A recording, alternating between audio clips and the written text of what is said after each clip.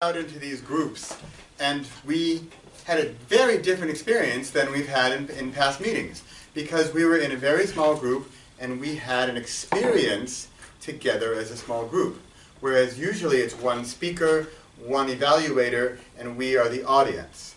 And so what happens is that I even know the names of the 4 or 5 people I was with, whereas we have a big group, and just name recognition is already a step up as far as experiencing things together with other people.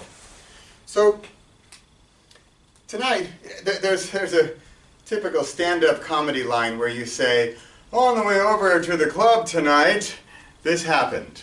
And they usually say that, and then they're going to tell this story about this thing that happened on the way over to the club tonight, which of course didn't really happen. It's part of their whole act.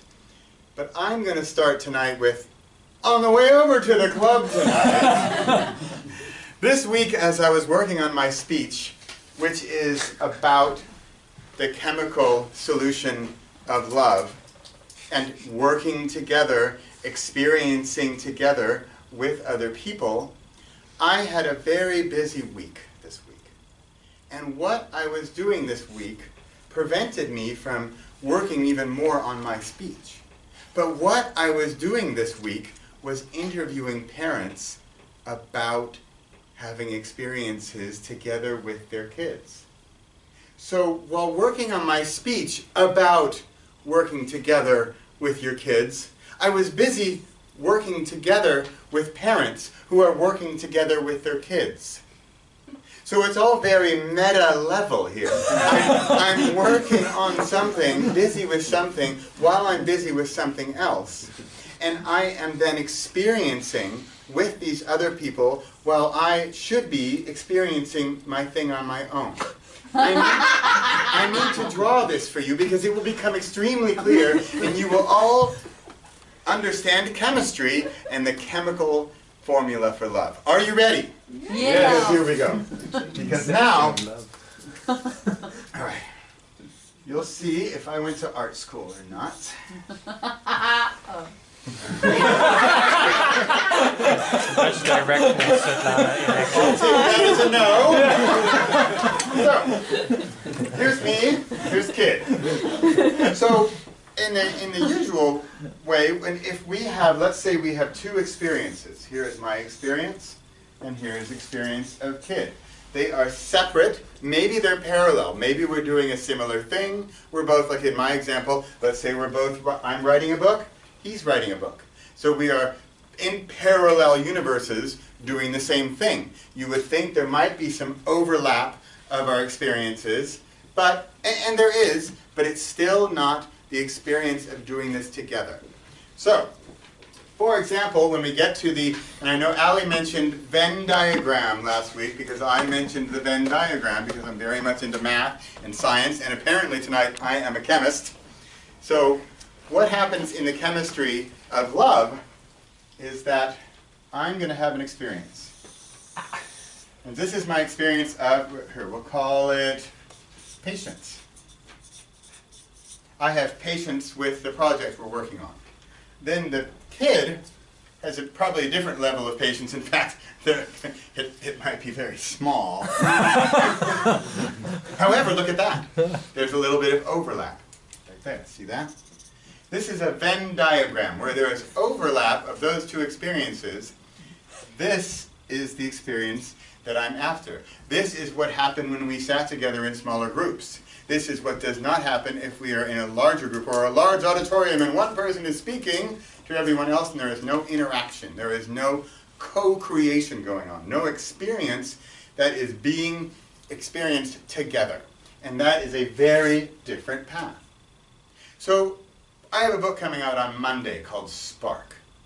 How to write a book together with your kids and why you should.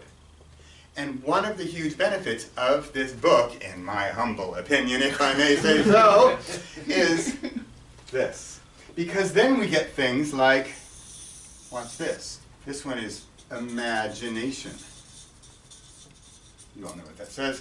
This is a child. Is their imagination bigger or smaller? Bigger. Bigger. Their imagination is crazy big. So look at this. What I now get is I get not only my imagination, which I thought was pretty big, but then the kid comes along and it's like, whoa, what is that all about? And I now have an experience I would not have had on my own. This is the point of my book. This is the point of my speech tonight. This is what I see as the chemical formula of, in this case, love. Because then we have other circles that will also overlap. And then we have a really fun one. This is really big. Because this is the unknown. And the unknown is a beautiful thing, because if you were on your simple, single, parallel life forward, you don't have much unknown. This is your path. You know where you're going. It's your world. It's your decision. It's your way. It's your experience. And this is, you have it on your own, and there may or may not be unexpected unknowns. This is one of the most beautiful aspects of this entire project, because you both will have unknowns. You will both have the unexpected that you didn't know was going to happen, and this is what happened when you work in groups. Even in the small group we just had, I had unexpected questions from other people, like, oh, I never would have thought of that. Oh, I didn't see it like in that angle. Oh, that's really interesting. Wow, I'll look at that next time. So for the full formula, if I had different colors, I could add all of these up. And this plus this plus this is this particular formula for love. And what's beautiful about this is that this is a unique formula for just these two people. And that is only theirs, and it is theirs forever. They get to keep it for their entire lives, like a memory, like a time capsule. It's only theirs, and theirs only, and they have it forever. And another last point is that if I take this plane and I move it here, and I just made a time dimension, and this is now this moment in time, and what's beautiful about this is that over here later, they can have another one. And they can build them and collect them and grow them and nurture them.